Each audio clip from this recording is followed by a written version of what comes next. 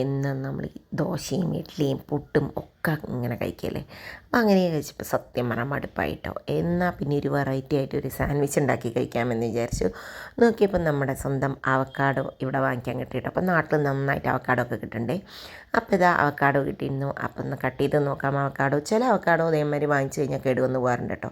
ഇത്തവണ നല്ല അവക്കാഡോ കിട്ടി. അപ്പോൾ ഹെസഡയാണ് പൊതുവേ നന്നാവാറ് കേട്ടോ അവക്കാഡോ. പക്ഷെ നല്ല ഗ്രീനിഷ് അല്ല ഇവിടുത്തെ അവക്കാഡോ കിട്ടുന്നത്. എന്നാൽ പോലും ടേസ്റ്റൊക്കെ നല്ല സൂപ്പറായിട്ടുണ്ട് കേട്ടോ. അപ്പോൾ ഇതാ അങ്ങനെ ഒരു 2-3 അവക്കാഡോ എടുത്തിട്ട് ഞാൻ ഇനി നന്നായിട്ട് ഫ്ലഷൊക്കെ എടുത്തിട്ടുണ്ട്. ഒരു 2 അവക്കാഡോ ആണ് കിട്ടിയിട്ടുള്ളത് കേട്ടോ.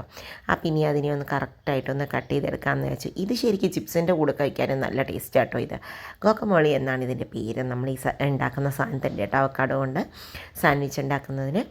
ഇനി അതിലേക്ക് 1 കപ്പ് ചെറുതായി അരിഞ്ഞിട്ടുള്ള ഒനിയനും 2 പച്ചമുളകും ഇട്ട് കൊടുത്തു.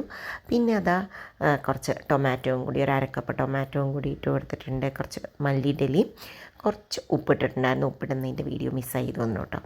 പിന്നെ കുറച്ച് ചില്ലി ഫ്ലേക്സും കൂടി ഇട്ട് കൊടുത്തു. എരിവിനനുസരിച്ച് ചില്ലി ഫ്ലേക്സും കൂടി ഇട്ട് കൊടുത്ത് നന്നായി ഇങ്ങോട്ട് മിക്സ് ചെയ്യുക.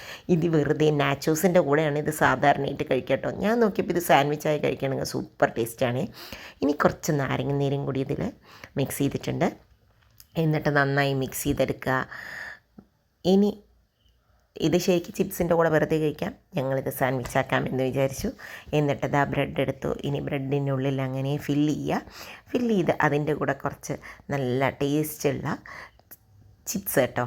അതായത് നമ്മുടെ എനിക്കിഷ്ടം പൊതുവേ എന്താ പറയുക ചില്ലി ചിപ്സാണ് ഇട്ട് കൊടുക്കാൻ ഇഷ്ടം. ചില്ലിയുടെ ഫ്ലേവറിലുള്ള പൊട്ടറ്റോ ചിപ്സും കൂടി ഇട്ട് കൊടുത്തു. അപ്പോൾ ഒരു ക്രഞ്ചിനെസ് അതിൽ. എന്നിട്ട് ചെറുതായിട്ടൊന്ന് ടോസ്റ്റ് ചെയ്യും കൂടി ചെയ്യാമെന്ന് വിചാരിച്ചു. എന്നിട്ട് ഇതാ കുറച്ച് ബട്ടറും കൂടി ഇട്ട് നന്നായി അങ്ങോട്ട് ടോസ്റ്റ് ചെയ്യുക. സാൻഡ്വിച്ച് പൊതുവേ നല്ല ഹെൽത്തി ആയിട്ടുള്ള ഒരു ഐറ്റം തന്നെയാണ് കേട്ടോ. അതിപ്പോൾ എഗ് സാൻഡ്വിച്ച് ആണെങ്കിലും അല്ലാതെ നോർമൽ സാൻഡ്വിച്ച് ആണെങ്കിലും എന്തായാലും ഞങ്ങൾക്കിവിടെ സാൻഡ്വിച്ച് ഏറ്റവും പ്രിയമുള്ളൊരു വിഭവം തന്നെയാണ്. അപ്പോൾ ഇതാ 2 സൈഡിൽ നിന്ന് ചെറുതായിട്ടൊന്ന് ടോസ്റ്റ് ചെയ്തെടുത്തിട്ടുണ്ട്. അപ്പോൾ ഇതാ നമ്മുടെ അടിപൊളി സാൻഡ്വിച്ച് റെഡി. അപ്പോൾ ഇന്നത്തെ ഡിന്നറായിരുന്നു ഇത് സത്യത്തിൽ കേട്ടോ. ഒരു വെറൈറ്റിക്ക് ഇങ്ങനെയുള്ളത് കഴിക്കാൻ നിങ്ങൾക്കൊക്കെ ഇഷ്ടമാണോ? ഇഷ്ടമാണെങ്കിൽ കമൻറ്റ് ചെയ്യൂ. നിങ്ങൾക്ക് ഏത് ടൈപ്പ് സാൻഡ്വിച്ചാണ് ഇഷ്ടമെന്ന് ഒന്ന് കമൻറ്റ് ചെയ്യണേ. വീണ്ടും അടുത്ത വീഡിയോയുമായി വരാം. ബൈ. Thank you.